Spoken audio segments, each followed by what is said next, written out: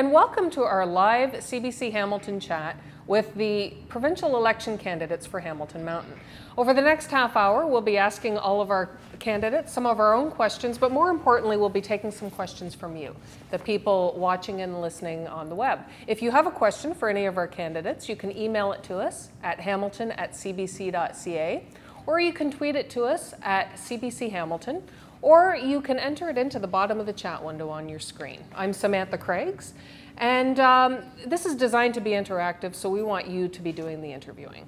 So here's how it works. We'll ask the candidates. The candidates will start off with about a minute to introduce themselves and what they're all about, and then we will move on to the questions. Every question that we ask, the candidates will have a minute to respond, and then if anyone has a rebuttal, they'll have about 30 seconds to do that. And then we'll move on to some questions from you, the viewers. And at the end, we'll wrap up with about a minute of closing remarks from our candidates. And I want to thank everybody for being here today. We're going to be having these for all of the ridings, and this is our very first one. It's worth noting that Green candidate Greg Lenko, we did invite him. He was unable to make it today due to work commitments. So once again, if you have questions, send them in. Let us hear them. So the first question I want to ask to all of the candidates, actually we'll start off by opening remarks. So Javid, why don't you start? Thank you, Samantha. Hi, my name is Javid Mirza. I'm your candidate for Hamilton Mountain Liberals. I've been calling Hamilton Mountain home for the last 42 years. I'm married. I've got two sons. They go to Westmount Secondary School. I myself went to Hill Park Secondary School. I as well went to Mohawk College. I, along with my brothers, have a small sporting goods business by Upper Ottawa and Stone Church. We manufacture bike helmets. Hamilton Mountain is my home. I know Hamilton Mountain like back of my hand. This election is about choice. We Liberal want to create better jobs and prosperity. We want to invest in infrastructure. We want to invest in transit. We want to invest in youth. And we want to create Ontario's pension plan. Compared to my friends at the PC, the first thing that they said in their plan was to knock out 100,000 jobs. But instead they want to create 1 million jobs, and every economist has said that their math just does not work.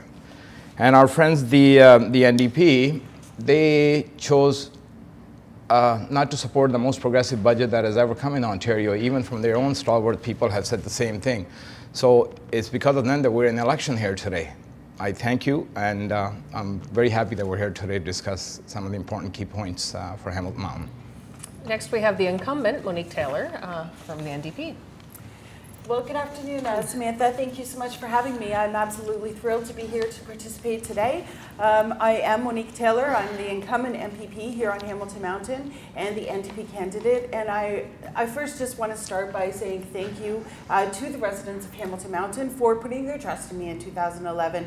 It's been absolutely a wonderful experience to be able to serve so many people and to help them with their issues. When life gets tough, I've been honored to have had the opportunity to be there to serve them and to try to make life a little better. And that's exactly what the New Democrats' plan is about. It's about investing in people, and it's about respecting taxpayers' dollars. We know that life needs to be more affordable. We can do those things with simple measures such as bringing down hydro rates, auto insurance, as broken promises have happened in the past. We can make sure that those 15% reductions happen. We can respect taxpayers' dollars, and we have very good plans to make that happen in our platform. And I look forward to the discussions going further, and look forward to the debate. Next, we have Albert Marshall from the Progressive Conservatives. Samantha, thank you for the opportunity to speak directly to the voters. I'm 48 years of age. I've been married for 25 years. I have 3 children. I'm married to a wonderful woman that continues to put up with me. She's actually an immigrant to Canada. I've had many experiences. I've been fortunate enough. I've worked as a mechanic. I've run businesses. I've practiced law. I've built houses. I've done a number of things. I have attended school here. I've gone to both Mohawk and McMaster. In my life, I've experienced hard financial times. My wife and I, a few years back, found ourselves with young children and bills to pay and no income. I know the pain and the pressure that puts on a marriage and a family. It also makes me realize that a job means more to a man or to a woman or to a family than just food and housing. A job is dignity. Too many people in Hamilton are forced to work 2 and 3 jobs to make ends meet. The problem in Hamilton is not with the people. The problem is that the Liberals supported by the NDP have not created one job here in Hamilton or saved a job in Hamilton. The NDPs and the Liberals both voted for and passed a law that doubled your hydro bills, and it's likely that they'll double again if they're re-elected. Okay, Albert, that's a minute. Thank you. Well, I'm sure you have more to say. We'll get to that as we're going. The first question I want to ask, and it's a fairly open one, what do you see as the most important issue for Hamilton Mountain? Why don't we start down at the other end, Albert? Well, I mean, the most important issue is really the cost of living, and that's tied really to jobs and good paying jobs. So as I was mentioning in the opening there, really there are, we're seeing food banks usage in Hamilton is at record levels. Youth unemployment is at a record level. I mean, the hydro has doubled. We now have the highest hydro rates in North America, and we're told by our friends here that it's going to go up another 40%. You wonder about that mother who's trying to raise her daughter or son or daughter on minimum wage this winter, and they were forced to choose between keeping the lights on and feeding that child. So did the Liberals and the NDP not think about that woman, or did they not care to think about her when they passed that law and they jacked up those rates and ultimately drove businesses and jobs and good paying jobs out of our city? So that's the #1 issue. Okay, Monique. Thank you for the question. I definitely can tell you for a fact that cost of living is the most important issue on the doorstep. People can't afford hydro rates, and unlike my friend to my right here, I know the difference. It was the Conservatives that created the hydro issue, and the Liberals that continued with it. It had nothing to do with New Democrats, and we know that we can bring hydro rates down. We have a full plan to make sure that we can bring hydro rates down. We also can, just make life more affordable by implementing and investing more money into safe, affordable childcare so that families can get to work. It's a big deal when a mom wants to go to work and can't go to work because she has no one to watch her children.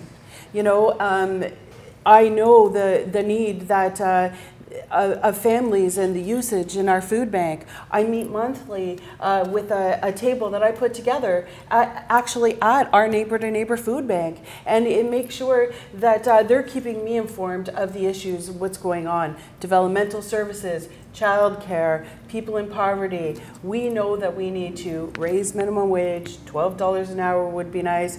We know we need to make sure we can keep people's lights on. We need to make sure that we're getting people to work and they have the opportunity to get to work.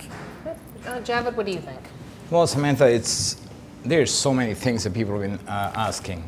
I think one of the important things that I just said in my opening was people were just shocked that we're actually at this budget. And people are just very surprised that the NDP said no to this budget. The most progressive budget there ever was in Ontario, even from their own people, have said the same thing. So I've got so many NDP folks that are helping me in my campaign that are first time that they've ever voted, are planning on voting for a Liberal. So I'm very happy about that. Also, in regards to the Conservatives, I mean, when we go up there on the mountain, people are just terrified of Tim Hudak. They want nothing to do with Tim Hudak. They're trying to find out any which way possible to make sure that him and his party does not get elected. These are some of the really important things that I'm hearing up on the mountain. People also have a lot of issues about transit, about the LRT down below in the city. People would like to see an entire system, which I proposed about 3-4 months ago in the, I did an op-ed piece in the Hamilton Spectator, and I'm trying to make sure that needs of the entire city are looked after. I think it is very crucial that moving forward we look after the needs of the entire city. I think it's very important that we connect the entire city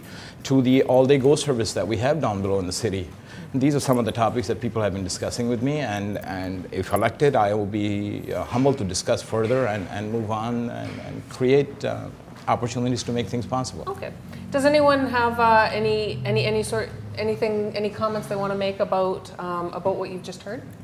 Well, I think it's interesting that Javid talks about the plan that we turned down, because there's a reason why we turned that plan down. We have trusted or put our trust in the Liberals. The last two budgets that I've been there under Kathleen Wynne, or the last budget was under Kathleen Wynne, to make a difference for folks. We implemented the Financial Accountability Office. We implemented the 15% reduction in auto insurance. We implemented a 5-day home care guarantee for people who need home care when they come home from the hospitals. All three of those promises were broken. Not one of them has been kept. How are we possibly going to trust a budget that had 70+ promises in it? It's pretty far-fetched. When you can't keep 3, how are you possibly going to keep over 70? Samantha, can I add a couple comments? Yep. I like most of the viewers, feel that politicians just make promises after promises and they never get kept. They take these great big paychecks and they cash them, but nothing ever happens. And when I defy anybody to take a drive down Burlington Street in Hamilton and say that the Liberals, supported by the NDP, and Monique's been in government, take a drive down there and say what's happened to Hamilton, what's 10 years of Liberal NDP supported government done for jobs in Hamilton. What people care about are results. We need results, not promises. Okay. Well, this. I have a feeling you. Yes, I sort of differ a little bit. Ms. Taylor was mentioning in regards to the 3 promises. Well, I know for a fact in the last budget we had mentioned in regards to the insurance, car insurance, that the insurance rates have gone down by 3%. The Premier had mentioned, it was in the last budget, that it'll take about 3 years for it to go down to 15%. And that is exactly what is going on in regards to accountability. This particular budget that was my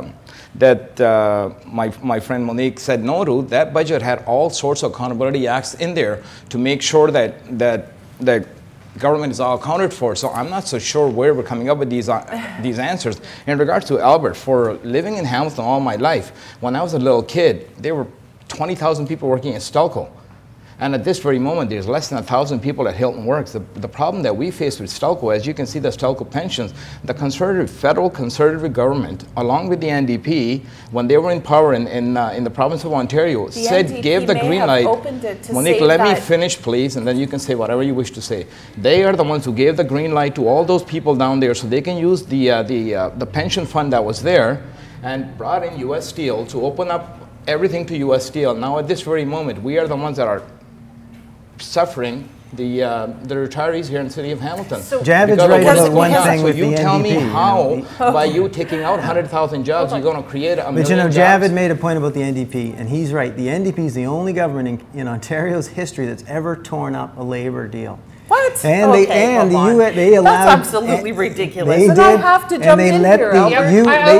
They let Stelco also take a pension holiday.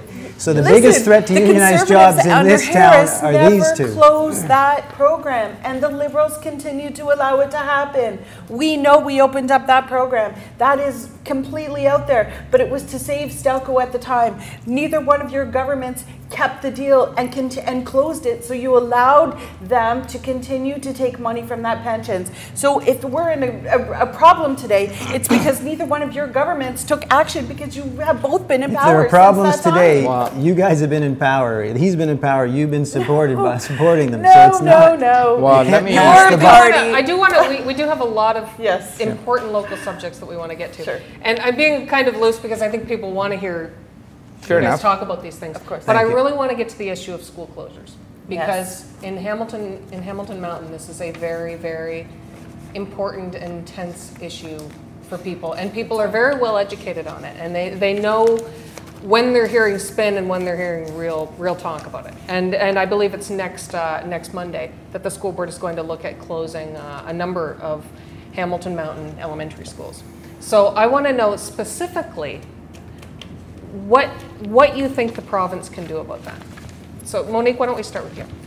Great, thank you so much. I actually was at the school board and made a submission to them asking to please hold back on their decision until after this election, because New Democrats have a plan, right? We know that we can invest into schools to keep schools open. The way it's been sitting right now is we are pitting communities against communities, school against school, fighting to talk about the worst of the other school to try to keep their school open. And that's not making anybody feel good, right? I mean, all families are feeling scared that their school's going to close. We know that we have a declining enrollment in schools. but that doesn't mean that 20 years down the road that we're not going to need that school space again. So we need to invest money. We need to say that we can bring other services into those schools to fill up that space that's sitting empty at this time. But we also know that the funding formula is broken, and that's part of the reason why our schools have to close. So instead of mismanaging our educational dollars, we should be making sure that we are putting money into the maintenance of the schools. Right now, the schools have no money, the school boards have no money to fund the maintenance, and it has allowed the infrastructure to crumble. So we are finding ourselves in a major problem, but I think there's solutions to the problem, and I think investing in our kids, not just particularly in their education, but where they're getting their education is absolutely fundamental. Javid, what do you think? It is ironic that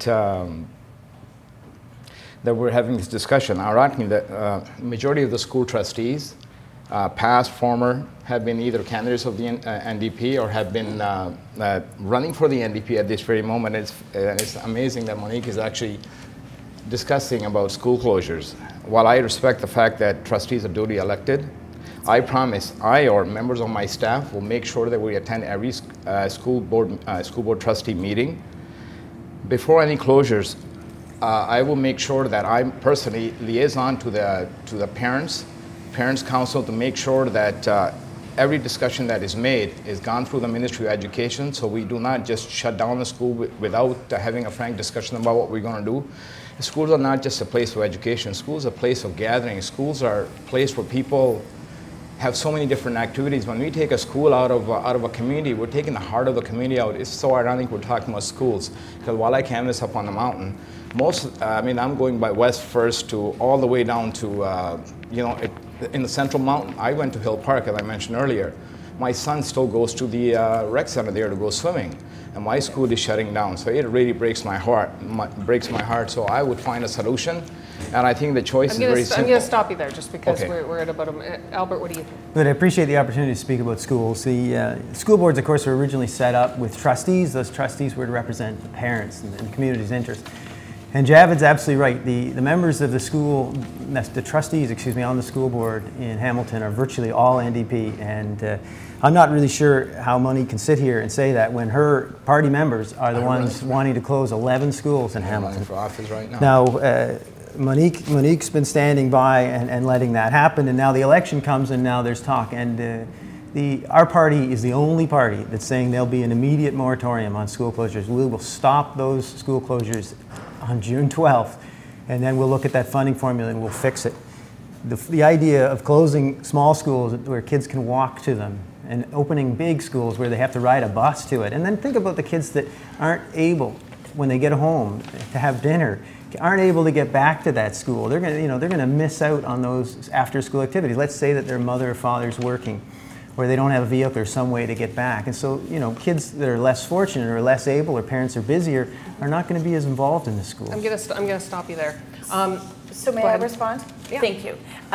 So first of all, I've been calling for a moratorium, standing in the House. It's all unanswered. You can go for yourself and read it there. But your party's not offering it, Yes, we though. have. We Our have called party's for a offering full it. moratorium on school closures with not a in your plan to fund paperwork. it. I'll speak to the school trustees. Please. You cannot blame the trustees for the Ministry of Education not giving them the funding that they need to be able to survive. They are starving out the schools. How can you possibly say that the few measly millions of dollars that they get to put into infrastructure of the schools is enough to keep the schools healthy? It's impossible. It is absolutely impossible. The trustees that are in this position, and it's not just here in Hamilton, it is across the entire province. That's why it is part of our entire platform across this province for a moratorium on school closures to make sure that we are investing in our schools to stop the closures. Okay, I'm going to. May I? Yep. Go ahead. Just briefly. Monique, in your previous job, you were working for Scott Duell. Absolutely. So you Very were there proud. at the city, and you clearly knew what was going on, and my school got shut down. My school is shutting down. While you were there, this actually happened. That's not and true. same as Barton Secondary School, it was there. And I mean, you and Scott Duell, you folks represented that ward and where these things are going on. the irony of the matter here is the province of Ontario, since the Liberals have taken office, have spent billions and billions of dollars in education. Since when Tories were there, they cut down more than 50% of education funding.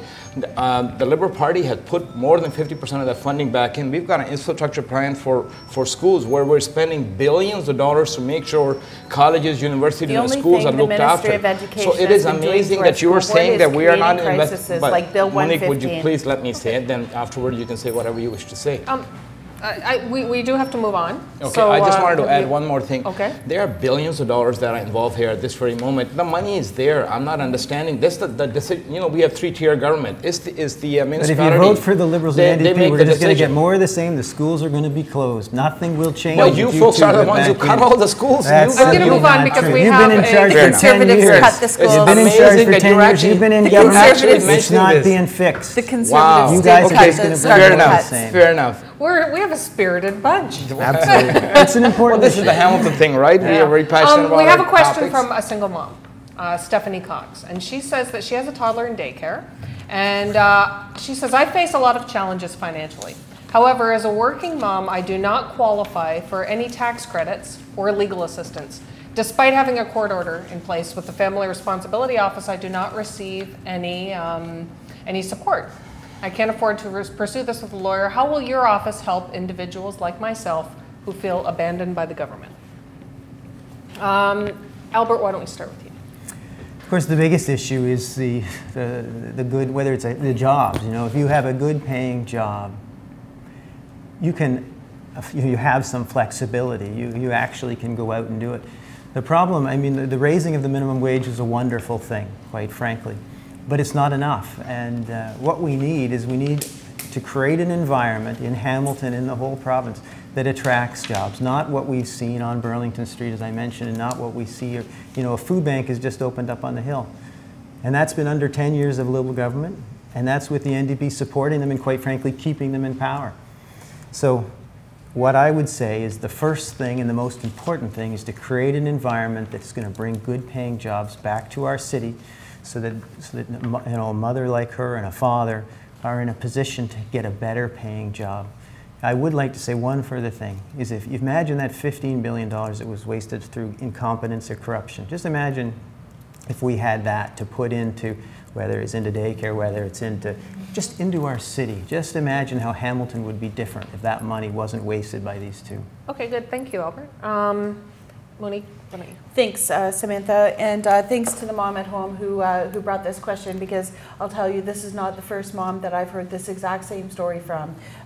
Stephanie is definitely not alone. She is struggling to try to get childcare. You can't work when you don't have affordable childcare. It's a main issue. We are committed to adding more money into childcare, as we forced the Liberals to do in the last election, because they didn't think it was a priority for them. We knew it was a priority for families. We forced $250 million into the budget last year. This year, it's another extra $100 million into safe, affordable childcare. Family Responsibility Office, that's a whole nother subject on its own. My office is inundated with issues with the Family Responsibility Office and not being able to get the legal aid to help them. The Liberal government refuses to step in. They refuse to up the ante to ensure that moms like this have someone to represent them. So my office is constantly on the phone with the Family Responsibility, with legal aid, trying to push the bar forward and fighting for moms just like Stephanie. Good. Javid. About 3-4 days ago, I was canvassing door to door, and this was exactly the same question that a grandmother asked me, because her daughter was going through this this exact issue. I promise you, regardless what it is, I win or I don't win, you call me and I will make sure I can help you any which way possible, as I have done. I take my civic duty very seriously. I have a very large family. My parents, when they first arrived here, they had 10 kids. So I know exactly what you're going through. I mean, my mom and dad worked my mother, my God bless her, she worked day and night to make sure that she looked after her kids, and I understand the value of parenting and what parents need to do. But I myself, if you know anybody in the city of Hamilton that knows me personally, they can tell you I go out of my way to make sure I look after the people's needs. I really think this is something that really important that people need to do. And in regards to what Monique is stating, it is true. It's a fact that things out there are not very good. But it's also the fact that when I go to Hamilton Mountain, canvassing door to door, there's so many people, they say that they call Monique's office. They never get a call back when they should be. They never get a response back when they should be. I am telling you, if that was my office, I would fire that person that day, because this is what it's all about. I think it's an incredible thing to be representing people. I think it's an honor and privilege. We need to make sure that we don't mess around with that honor and privilege, and we need to make sure that we take care of that. In regards to food bank, but what Albert stated, wow, they all started when you folks first came, when Harris. Yeah, we're at about a minute and a half. So, and I have a feeling you're going to want to respond to that. Absolutely. So Javid feels your pain. Right? He feels your pain. He talks to people out there. You feel the pain. You know that there's a problem, but your government has done nothing about it. That's the problem. You have been in government for, maybe not you, but your party has been in government for 11 years, and you have done nothing except make matters worse. We should not be in a crisis the way we are Monique, with that childcare. is because you said no to the budget. We are in a serious this is crisis. incredible. What's in your budget for childcare? You don't even what's in our budget for childcare? Are you kidding me? You have not talked about this debate or the last debate. You have not talked about one solution. You're coming out with one solution. Nothing, we have to be fair, it's been a Liberal NDP coalition for the last few years. Albert, you guys just want to chop everything down. You want to cut down 100,000 jobs yesterday. Amazing. That affects nurses, doctors, teachers. Monique, I don't understand. Everything. When you talk they're about going to cut it, and they have no solution. We're going to move on. It's a very passionate topic. And it's not, it is absolutely, and it's definitely relevant to Hamilton Mountain. Yeah, absolutely. The next question, and it's not a sexy subject, but it's one that I know I hear about a lot covering City Hall, which is the subject of infrastructure, roads, bridges. Absolutely. There is a $2 billion deficit, $2 billion that the city of Hamilton is short to fix roads, bridges, all things that are a big issue on the mountain. So just to ask a pointed question, what would you do about this? So I'll start with Monique. Okay. Or no, actually, I think I'll start with you, because I haven't started with you in a while. Okay. Well, thank you very much.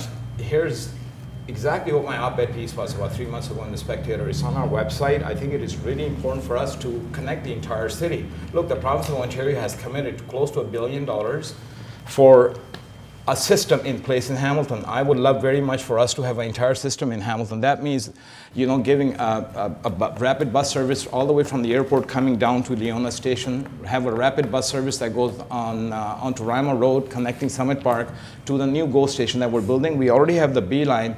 I think if we do all that, we're looking around $400-some-odd million. We have another $600 million that we can use for other things. It is true, Samantha, that we do have a major deficit here in the city. If we take the LRT right off the bat, that's it. There's going to be no other funding coming to us. The bottom line is there's only one taxpayer. Either you pay it today or you pay it tomorrow. May it be the promise, may it be anybody else. And at the end, we will still not have a system in place. I just drove down the Claremont access. You know, the city's talked about maybe just shutting down one lane. I mean, we absolutely have issues, especially due to last winter. There's been so many roads up on the mountain, like just drive Fennel or Mohawk Road, and you'll see how many potholes are in that road. I think we can only take care of this issue from all these years, and the Liberals have been working very hard to make sure that they take care of some of the needs of the cities. That is what all the cuts were made when Mike Harris and Tim Hudak were in office. That's time. We'll move on to Monique.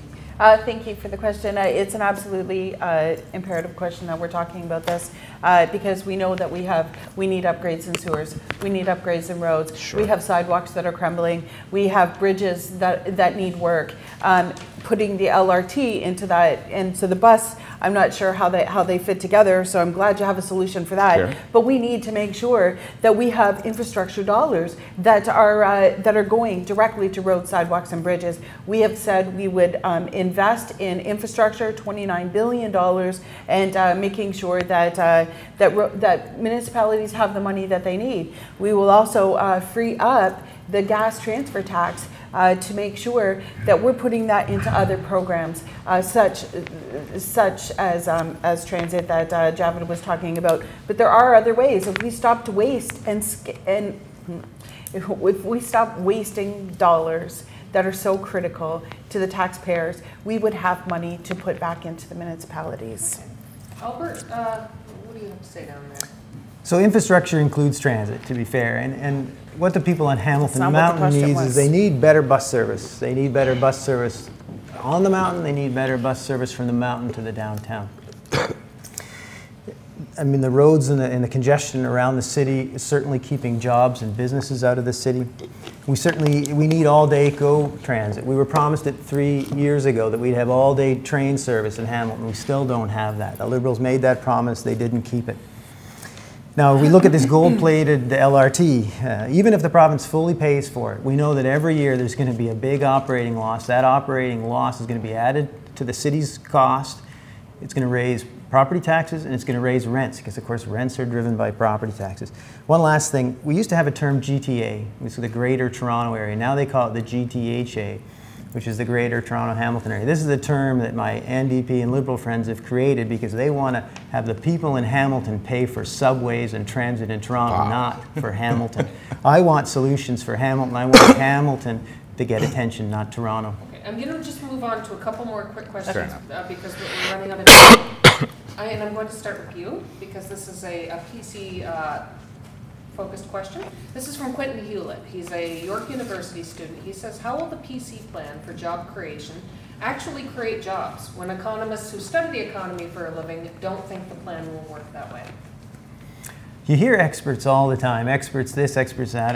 I don't have a lot of faith in experts, quite frankly. I trust people that I speak to, common people like myself, people who've actually been out, had jobs, haven't been in politics their whole life, people who've worked jobs, people who have created businesses, run businesses. So I'm very fortunate. I've run a few businesses and I run a successful business today. I'll give you one example of how it's simple to create jobs. So I applied to the city to open up a hearing clinic because I run hearing clinics. And I had this location that I was going to buy for a couple that were retiring, and they were happy to sell it. And I was excited because I was going to create some jobs and open a business there. I went in, I met a very nice person at the city, and she said to me, oh, it's zoned as a bank. And I said, well, no, but it's a mechanic shop. I said, and I want to turn it. She said, no, it's zoned as a bank. We know it's zoned wrong, and you'll have to correct that. I said, well, how long will that take? She said, oh, it'll be about 8 months. And I said, well, at least at the end of the 8 months, will I know that I'm going to be able to open this business and hire these people? She said, well, no, you don't really know. So the problem is, I couldn't do that. I couldn't open that business that day. I had to go around search. So I mean, we have to create an environment that makes it easy for people to open businesses and to be successful. And that's what we'll do. Okay, good. Monique? Well, I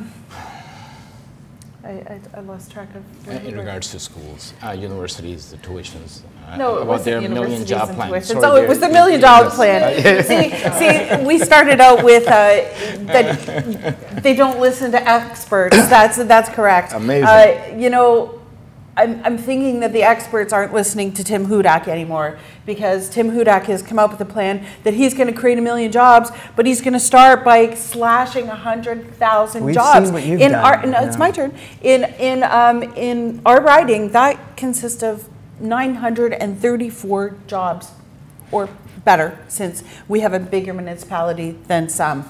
But you know, you can't create jobs by slashing services, and those services I'm very concerned about. You know, we're hearing about autism services, we're hearing about social workers, we're hearing about EAs in our schools. You know, as the critic for Children and Youth Services, and as a member of the Select Committee for Developmental Services, I know how families are struggling to be able to get their children a healthy start. And you know, if we don't get them a healthy start in life, they're not going to be able to have jobs, because they're not going to have the ability to learn properly, and the skills and the speech therapist to be able to speak about the job that they want to get, Albert. So it's a major issue. That's time. Javid? Albert, you know, as I mentioned in our last debate, you and I are both a small business person. One job loss is one too many. I truly believe so. I think if we were to eliminate 100,000 jobs and then hire 1 million people, create 1 million more jobs, when we know every study has shown that entire Ontario, if any able person that wanted to work, 18 and over, there's maybe about 600,000 people. So what would we do with the other 300,000 jobs that you're creating? Where we're going to bring people from some other countries to fill up those jobs? When we take away 100,000 jobs, you're looking at, my goodness, those same people go to the variety store. Those same people buy furniture. Those same people buy cars. Look at how many more people that you're affecting. Perhaps that's what you folks want to do, is affect all these people so then you can hire them back at a lower Wisconsin-style wages. That's what the whole thing is. You guys just want to bust unions. You got to bust every trade agreements that have been in place, because that is what Mr. Harris did with Mr. Hudak being the junior minister there. Look what he did with the nurses. He was the junior minister. He fired 6,000 nurses right from the first day. Imagine 100,000. I remember what happened with those 6,000 people. So imagine what would happen now. My goodness, 100,000 people. I think I should That's have a chance to respond. 100,000 people. Our next question is related to you. 100,000 people are like population. That's quite an Hamilton attack, Mountain. and I should, No, you know what? That's fair. So I mean, first of all, government. We all know the size of government has doubled under this government, under these people, and services haven't doubled. So there does need to be some correction in the size of government, because it's adding to our tax dollars. First of all, we're not going to fire anybody. We're going to reduce the size of government by voluntary buyouts. And when did this come so from? no, just a second. I have a chance. The other thing is that I don't hear either of them talking about the 200,000 jobs that were lost across Ontario because of the doubling of the hydro. And that this pension plan that they're talking about is going to add taxes to business and reduce people's paychecks. And we expect they're going to lose 150,000. So why don't we talk about the jobs that you guys have driven out and are going to drive out of this province? And who said here today, I would fire that person? You're the only person that said, if I called Monique's office and they didn't answer, I'd fire them. I don't think people like would that. Fire a person People if deserve a person to be treated working, better than but that. people need to be treated fairly and squarely. Yeah. If they do not do their job, then you Absolutely. have a right to Deserve fire to them be and not just fair. stand up and say, you're gone, that's the it. thing that I 100,000 pulled people, out that's of this amazing. entire conversation was that, you know, we lost our manufacturing job base by the fact of rising hydro costs. They deregulated hydro. They continued to allow it to soar. New Democrats have a plan to bring it down. It is absolutely fair. Your We're government. going to do one more question, and then we're going to wrap up. And I think this is we have a question from John Smith from our live chat. And he said, can Albert Marshall address the comment from the last debate that Monique Taylor is the biggest threat to unionized jobs in Hamilton? And unionized jobs certainly a big issue in Hamilton Mountain. So Albert, we'll start with you, I think. This is easy to address. As I start off, first of all, the only government in Ontario's history, and probably the Canada, but I'll speak only to Ontario, that's ever torn up a labor contract is her government.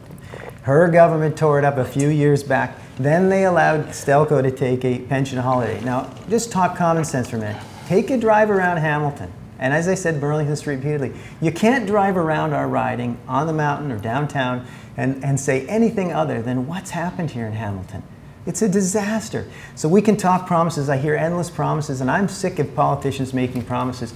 Drive around. 10 years of Liberals held in by my friend Monique and her friends have been very hard on this city. Families are suffering. People are hurting. We need to make a change. It's time for change. Okay. Monique? I don't believe that you said that we're the only ones to ever tear up a contract. I have to say I don't know the contract that you're speaking of, but I know that New Democrats are we protect people and their jobs, unlike yourselves and the Liberals, who just Bill 115 isn't that far long ago, where we put the entire schools system into crisis over their contract negotiations. That's supposed to be done at a negotiating table, not in the legislature. So I'm not really sure where you're going with that issue, but it's absolutely unfounded and untrue. Javin? I think the only way Monique can threaten the unions is if folks out there support the NDP and then the Tories become a government. That's the only threat that you have are the Tories. These folks are going to cut down everything. They want to go back to the Wisconsin-style things that they do, that Mr. Walker is doing out in Wisconsin. They want to bust every union that there is. And that is, my father was a Teamster. My uncle was a real huge Teamster. So I'm very passionate about union. But there's a limit to what we can do as people. And we cannot listen to all kinds of stuff that's coming from the Conservatives left, right, and center. And And the NDP, it was the best budget that ever was, and they threw that budget away, and now Monique is just saying some other stuff. I don't even know where she's getting it from. Honestly, numbers do not jive when it comes to this. You look at the record of the Liberal Party, we have spent billions of dollars in infrastructure. Monique, you are there. I get promises, what broken. I'm not understanding scandals when your own scandals and waste is your record. I'm going to tell you about the scandals. So would you please allow me to talk? Amazing. I know what they're telling me. Amazing. And it's not the same thing. The first thing that they're thinking about is the scandals and the waste and the billions of dollars of disrespect of their dollars, right? And Tim Hudak's plan to thrash 100,000 jobs. The first thing that I'm looking at voters on the doorstep, and they have no idea what they're doing anymore because your governments have just completely disillusioned the voter turnout in our riding for sure. I can speak for a fact because I'm talking to folks, right? They're sick of not being able to know who to trust anymore. One last comment. Unions are not bad. Unions are not bad. Oh, that's right. Unions are not bad. That's right. They've done many good things. I don't know. The issue is we're trying to protect jobs. We're trying to bring good jobs. You might be off messaging on that one. I have a feeling we can talk about these things all day, which is really good because these are really important issues. And I hope everybody votes.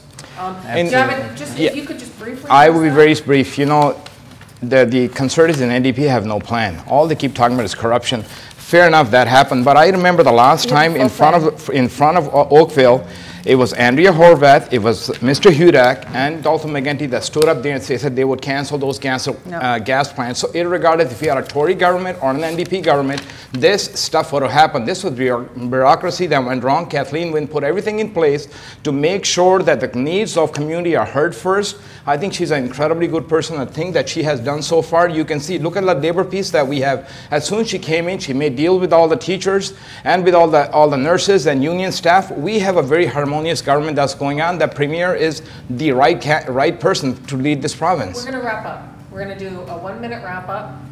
We've talked about a lot of things, so Javed, we'll start with you. Well, thank you, Samantha. First of all, I'm going to keep you all to 60 seconds. Okay, first of all, I'd like to thank everyone for listening to this spirit debate and listening to our concerns and our comments in regards to Hamilton Mountain. There's a serious choice to be made in this election. Our government will work with communities, with businesses to create jobs. We have spent we're investing about $3 billion to bring in new industry within the province of Ontario. And I think province of Ontario will thrive under the Liberal government, and we are thriving under the Liberal government. And if given the opportunity, I will represent this Hamilton Mountain like what it is. It is my home, and I will make sure that I take care of the needs of Hamilton Mountain. Thank you. Thank you. Monique?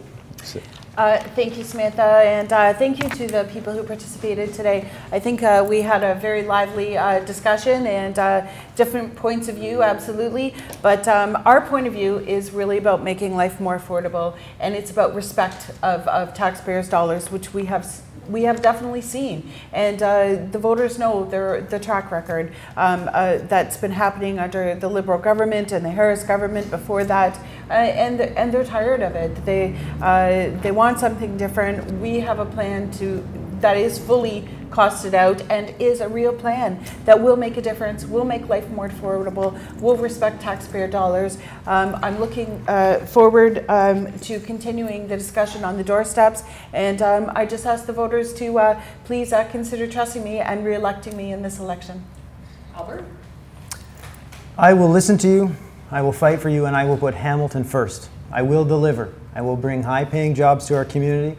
We're going to bring skills training. We're going to tie community and college funding to graduate job placement. Local schools, we're the only ones that are going to put a moratorium on the closures and fix that problem. We're going to improve healthcare, reduce waiting times. We're going to hire more nurses and more doctors. We're going to lower the cost of living. We're going to reduce hydro rates. We're going to eliminate government corruption. Those billions of dollars, your taxpayers' dollars that were wasted, it may have been corruption, but it was certainly incompetence. The Liberals and the NDP don't have what it takes. They obviously don't have the experience to run this government. It's time for change. Thank you. Thank you all so much for participating. Thank you, Samantha. To everyone who was watching, who submitted questions.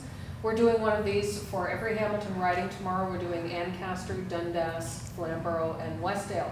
So please submit your questions, hamilton@cbc.ca. Tweet them to us at CBC Hamilton, or tune in tomorrow and you can enter them into the chat. So thank you all so much for coming.